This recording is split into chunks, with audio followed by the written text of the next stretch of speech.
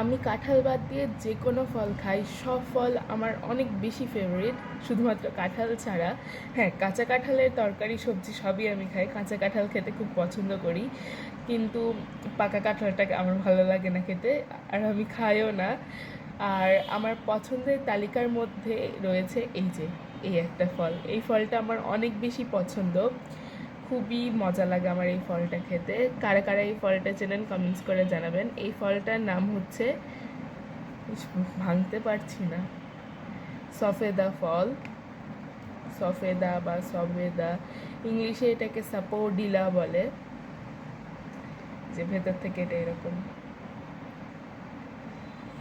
এই যে ভেতর থেকে এইটা এরকম দেখতে, আর এটা প্রচণ্ড মিষ্টি স্বাদের একটা ফল, অনেক মিষ্টি এই ফলটা খেতে, পুরো চিনি চিনি লাগে খেতে,